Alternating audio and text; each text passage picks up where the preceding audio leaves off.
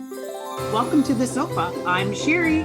I'm Bonnie, and this is the Sisters Hallmark Sip and Chat podcast. We're a couple of crownheads who love all things Hallmark. Welcome back, fellow crownheads. It's week 2 of Countdown to Christmas, and we had a couple of high scores this week. Yes, we did. But first, let's chat a little bit about this amazing and incredibly hilarious show we saw this week, Menopause the Musical. Yeah, that was so much fun. Those actors were amazing, but the funny, oh my goodness.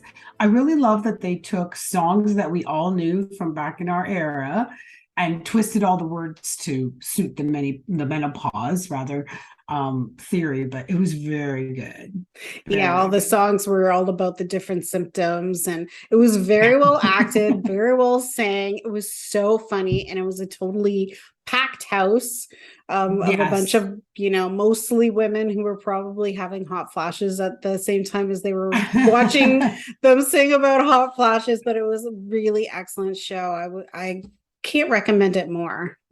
I agree. And I did notice that, well, even our group of girls were of all different ages. So there were a lot of different ages there. So we, again, like Bonnie said, recommend if you get a chance to go see it, totally worth seeing. 100%. Okay, so let's talk about this particular episode. Today, we're going to be sipping double chocolate martini. Mm-hmm. And you can find that recipe on our website, sistersipandchat.ca. Feel free to pause so you can make it your own. This episode will be chatting about this week's 3 movies entitled We Need a Little Christmas, Jolly Good Christmas, and A Kismet Christmas. Yes, and number 1, We Need a Little Christmas, starring Erica Durance as Julie, Patrick Sibongwe as Peter, Lynn Whitfield as Irene. Julie and her son are grieving the loss of a beloved husband and father on their first Christmas without him, but the friendship of a special neighbor is a surprising blessing. All right, so let's see how this movie rated on our SOFA rating system. But first, a quick explanation. Our custom SOFA rating system includes a list of 20 Hallmark tropes broken down into 10 categories that will determine how Hallmark is this movie. You can download the list from our website, sistersipandchat.ca. This movie earned 15 out of 20 SOFAs. And here's the breakdown of categories for this movie.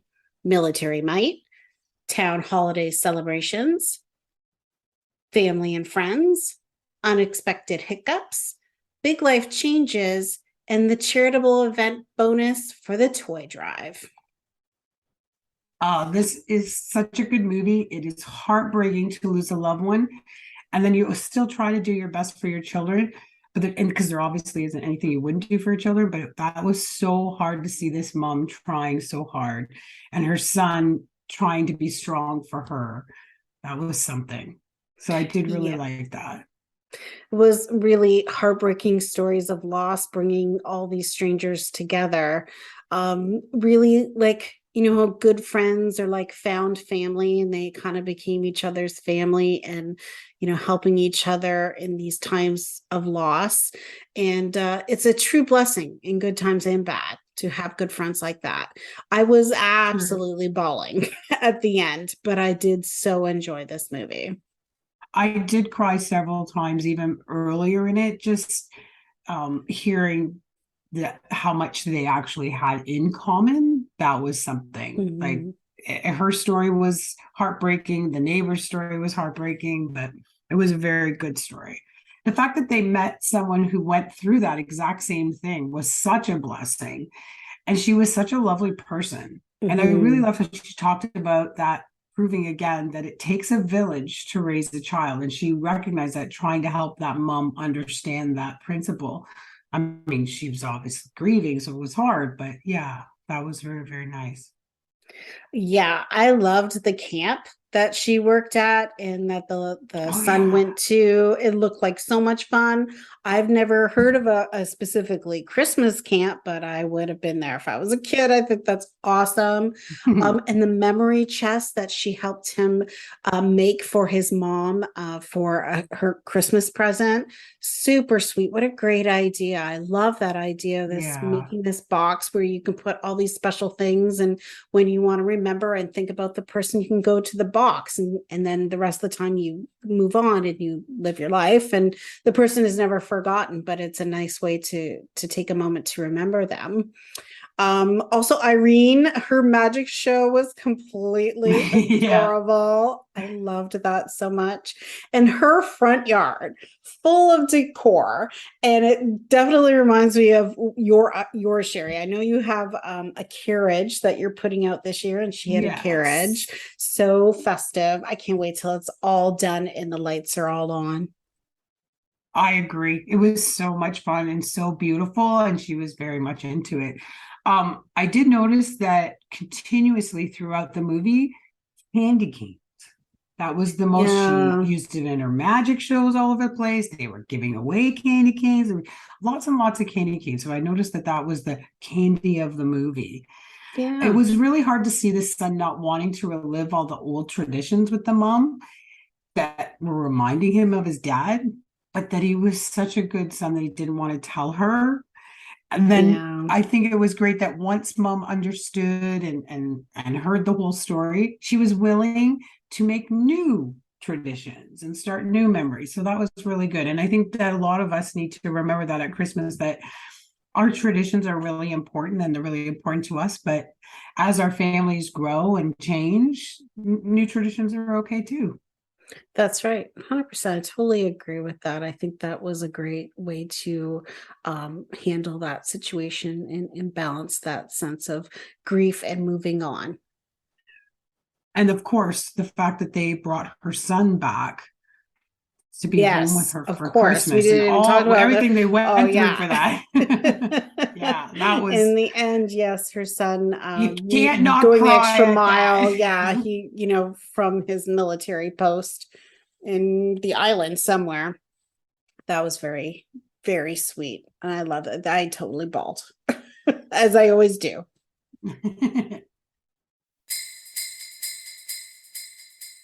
Movie number 2, Jolly Good Christmas, starring Will Kemp as David, Rishma Shetty as Angie.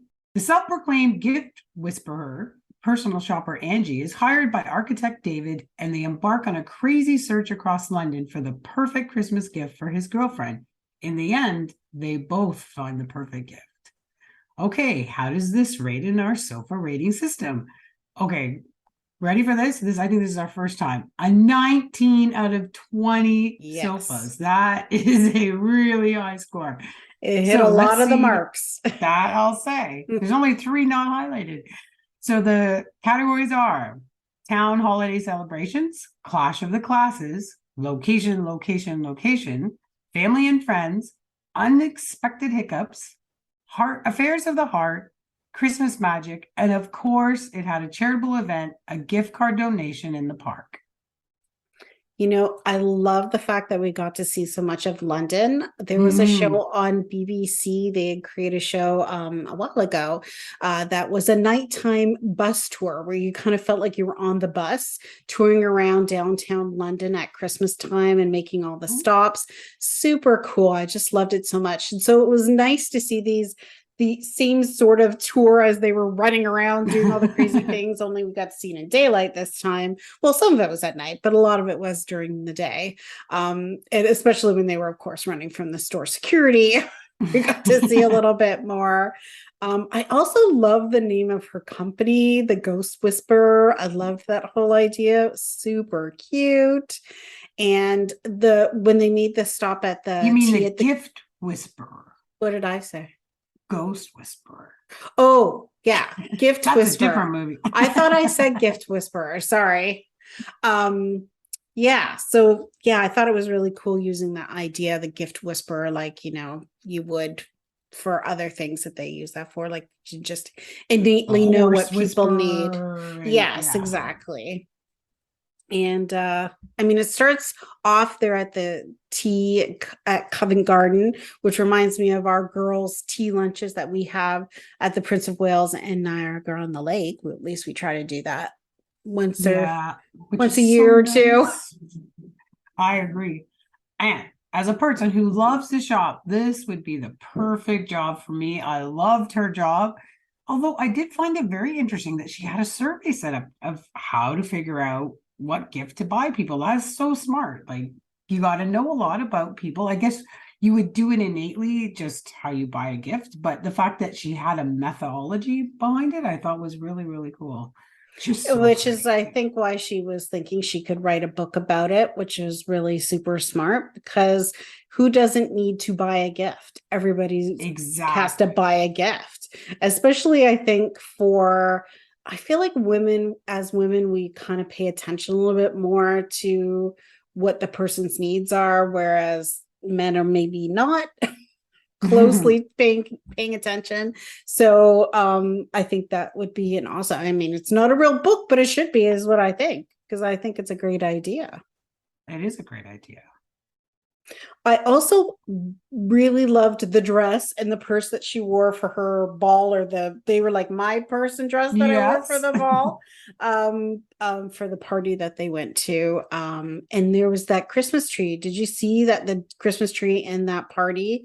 Huge Christmas tree had red roses decorating instead of ornaments.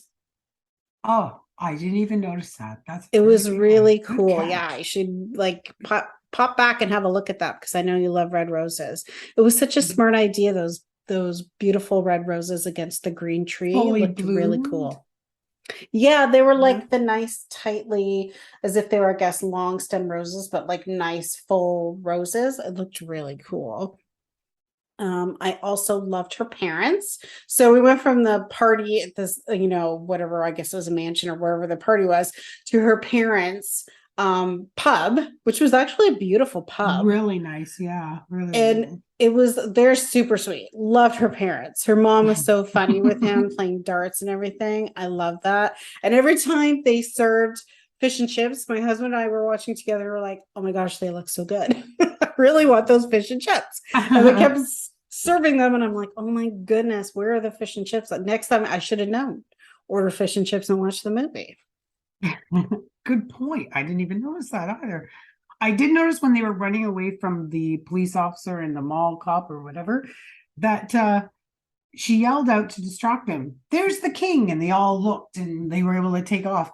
However, prior to this episode, you would have heard them say, "There's the queen." So Yeah. obviously they, had made that change in that script to respect the queen's passing. So I thought that was kind of unique because I'm guessing obviously they recorded both that because would make of her sense. So they had age, an right? So option. maybe, if you're going to say there's the queen, knowing that she is, not 23, that she was quite, elderly, that maybe they should do both just in case, which I think panned out, Absolutely. obviously. That's smart.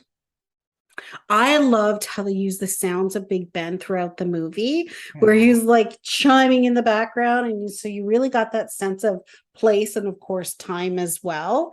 And I love that they incorporated that into that very sweet ending where they, met up to make that wish at midnight, which I'd never heard that before. But if I go to London, I'm going to.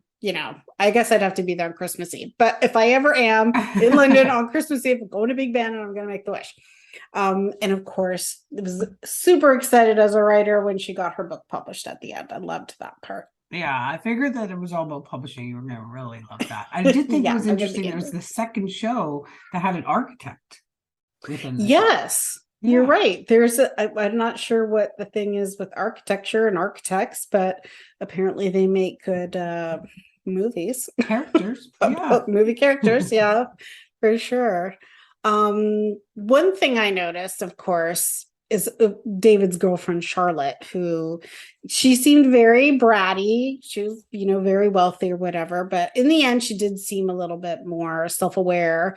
But you could just tell right away that they didn't have that kind of special gift relationship where you would you would know and get that special gift. They had that kind of plain gift card, which is what they got each other kind of gift, like there wasn't the love there that goes that step beyond to figure out what is special to that person and get them that gift. Yeah, I agree. I think that you can, like, there's nothing wrong with giving gift cards. I mean, not to say that I don't really like a gift I card. love them and personally, yeah, but for sure. And if someone knows that that's something, because it's a store that I go to or the movie theater or whatever, but this was just like a generalized store gift card, completely based on the fact because he had no knowledge of her. Because I would be so upset if my husband didn't know me at all. Like, this guy wasn't able to answer any questions. He had her birthday month wrong. Like, I mean, a day maybe you might be nothing. off, but it was in a different season. Yeah, like, so, but I did notice throughout the movie that he did pay attention to what Angie liked, Yes. and then getting her that pen of that sense of encouragement. So clearly they were meant to be together. He learned more about her in one day other than months of with the other girl. 100%. He was very annoying when he was with the other girl and became a much more likable person and character the longer he was with Angie and her family. Absolutely. Okay, on to the next. Movie number 3, A Kismet Christmas, starring Sarah Ramos as Sarah, Carlo Marks as Travis, and Mary Lou Henner as Grandma Mia. Popular children's book author Sarah returns to her grandmother Mia's house for Christmas, where she reconnects with her childhood crush Travis and the legend of the Kismet cookie. Okay, let's find out how this movie rates on our SIFA rating system.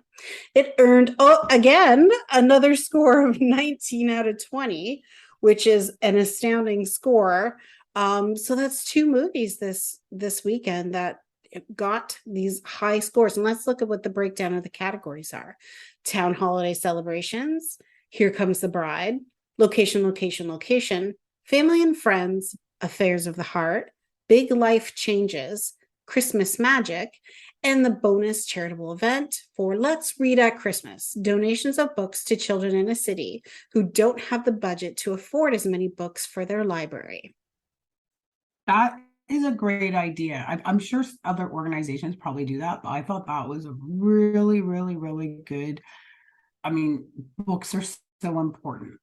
100%. I thought what a great idea to connect that to her being an author, and that was the charity for the movie.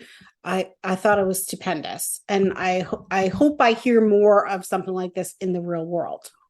Absolutely. Literacy, all of that was like a very good positive message out of that. So going back to the theory in the movie, I think we've all had one of those individuals that we cared for when we were young, that we still remember fondly. I can think of exactly who mine was. However, I never entered someone's wedding and ended up trying to stop their marriage. I can't even imagine how she felt like that. The fact that she didn't want to see them, didn't want to go back to the town, I'm not going to lie, I can understand where she was coming from. I thought it was so hilarious, them showing them as teenagers, and they were like, all like, hello, whatever, Sarah Bear, or whatever. It was so funny, yeah. The whole like look or whatever. But I mean, at one point, I can like feel for her because she didn't know what she was about to walk into. That no, guy she grandma had a crush didn't tell her. No, that she was supposed to get married, and I would be a little mad about that too. Yeah. I think they're super cute together, and so right off the bat, I was rooting for them to get together, which they had good chemistry. Happen. Yeah, I agree. It touches my soul that they had a mystery cookie recipe that was hidden in the house, and that it has been handed down from the family for generations. I think that respecting and following family traditions is so important. But like we said in the first movie, that doesn't mean traditions can't change. But it was really like, I mean, I've always built new homes and we've moved. So there's no long-standing traditions in my home and Right. growth of my kids, or I don't really have that. We move our traditions from home to home that we do, but the fact that that house had been there, they found that hidden compartment, that was something that, it would be really nice for your kids to have that. Have this magical cookie Yeah. recipe appear from a slot in the wall. And why Well, is it the yeah, and you cookies that are connect to always it. magical? Like even last year, there was the cookie that was magical too. It's like always Magical. these magical cookies. But they However, were wrapped very nice. yes, they were wrapped beautifully and you didn't get to eat them. So I don't like Yeah, that. yeah, I don't get They're these magical that. cookies that you just put under your pillow, but you don't get to consume. So that is to me the totally against what a cookie is supposed to be about. But very cute. I did kind of find it a little bit selfish on her part, even though I understand how upset she was about the guy getting married, not being told, and the cookie not, you know, feeling the cookie didn't do what it was supposed to do. And then she ripped up the recipe, and then she didn't. Okay, one thing to rip up the recipe, that's fine. It's just a cookie. But then she doesn't visit her grandmother either for years because of where she lives and the guy is there and blah blah blah. I felt like that was a little selfish and self-centered I agree it part. was selfish. And I'm not like, I understand it's all part of the story, but like, first of all, the grandmother obviously should have stopped her from ripping it. But really, the era they were in, there were photocopying machines. Like you could have had more Yeah. than one copy Was of it not something magic so if it wasn't on the precious. magic paper? Like, is it the I don't paper that know, helped make maybe. it magic? I don't know. But yes, I would have just like as soon as you taped it back together, because my husband was watching that one with me as well. He's like, I hope to take a picture of it. Because like, Exactly. yes, I mean, I just why don't would even you get that. photocopy it? Because they were like, when this happens is back in our era where that It's technology like, was yeah, the available. So 2000s or something. It's not like back in the 90s. yeah, so I don't really know. But anyways, I agree I understand that you'll do crazy things in a hurtful moment, but she really took it out on her grandmother there. I agree. Yeah. But the grandmother and her friends, they were so cute and close. I Yes. love that. And I pray that I still have my friends, that they're still alive and well, and we're still very close later in life, just like that. Mm-hmm. I mean, I still have them now, and I'm definitely not no spring chicken, but I hope that we still have that because it gave her grandmother such a full life and she never felt lonely, just like when our mom was still alive. She had her friends and her bingo and their quilting, like those, having a full life really makes a difference, and her grandmother really had that. It was nice. I agree. I do cherish the friendships I have with my girlfriends as well. And though you go on to live your lives and everybody's life is busy, it's nice, even if it's only once a year, to get together and have, time to chat, time to catch up with each other and, maybe have a meal and a hug. And that I really cherish and appreciate that as well. Agreed. I, of course, love the fact that she was an author, Of course. obviously, and her character of Isabella, of course, is this superhero that has power of the Kismet power, which isn't necessarily explained. It's from this cookie, legend. But how adorable were all those little girls in Isabella costumes? Like, what an Yeah. honor it would be as a writer to see people so connected to your characters that they choose to dress up like them. Like you see Harry Potter, and we just had Halloween here, so you see all these different characters from whatever, the elves and everything from what are those movies, the Hobbit movies and everything, Hobbits. right? Yeah, so you'd see all those kind of people dressing up like as those characters and everything. I think that is super cool. And his daughter Jazzy, or Jasmine, she was a girl after my own heart, of course. She loved reading, and my love of reading will actually come from our mom, who was a voracious reader. I mean, she could easily Absolutely. read a hefty book in a day. I don't know that I could do that, but she could do it in a blink of an eye, really. And I will honestly always be glad that she forced us in a way to learn to read and to read out loud, so that it became, something that we always had, even, beyond school or whatever. And of course, I'm a writer, so I love to write, but of course I love to read as well. So I think that was such a blessing. I also felt for Sarah when Jazzy gave her all that pressure to finish her book by Christmas.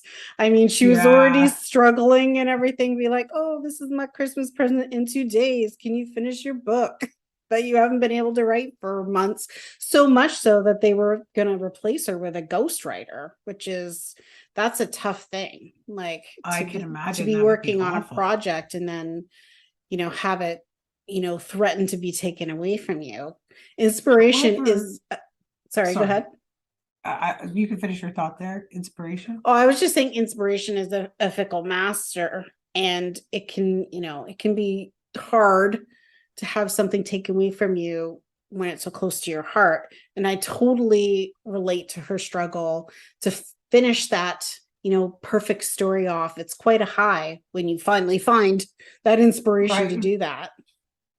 Well, I was just going to say, sorry, going back to the first part about what her wish was that added the pressure to Sarah, it was very cool that they had them write down their favorite books so that people would go and get books for these. Yes. That was a great idea too. I love the idea of, there's a toy tree. So toys are, of course, Christmas time, kids and toys. That's, good thing. But I love the idea of giving books, and the fact that they got to choose the book that they wanted to read was perfect. I thought that was really, really good. I thought what a great pay it forward program.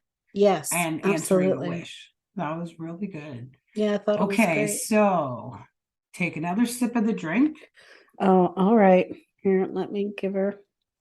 Okay, so that drink, so yummy, but it's strong. It is so strong, and I am not a liquor person really at all. And I can taste the chocolate. Like, there's lots of chocolate in it. Super pretty to look at. Love the way, we both tried to do our best, copying the picture we saw. I think they both look really good, and you're going to be able, if people go to our social media pages, they're going to be able to see pictures of that. But yeah, it's a little strong for me. Like, it was strong for us too. I did. Yeah. I'm not going to lie. I finished mine, but I know some of my family members were like, whoa, that's strong. It is really, it's strong. It's sweet. And we're not very creamy people, like creamy drinks. Yeah. But I have to tell you, I finished every last drop. It was delicious. I am impressed how people come up with these ideas. So I don't recall what next week's going to be, but I'm excited to try another one. It is a Chilean monkey tail punch. Wow. Yeah. I can't even imagine what that could look like. I'm not sure what's in it, but it should be exciting to check it out. So hopefully if any of our listeners have stopped to make their own martini, they're enjoying it as well. It's certainly beautiful. I highly recommend it for a holiday party. It's just beautiful to look at. Mm-hmm. And of course, if you love chocolate, then it'll be yummy to drink too. This episode was brought to you by Hamish Community Services, opening doors by taking the dis out of disabilities. You can find out more information at hamish.ca. Well, fellow Crownheads, we've come to the end of today's chat. You can find all our episodes on your favorite podcast network. And on our website, sistersipandchat.ca. Subscribe and never miss a chat session. Thanks for listening. Join us next time. And we'll save you a seat on the sofa.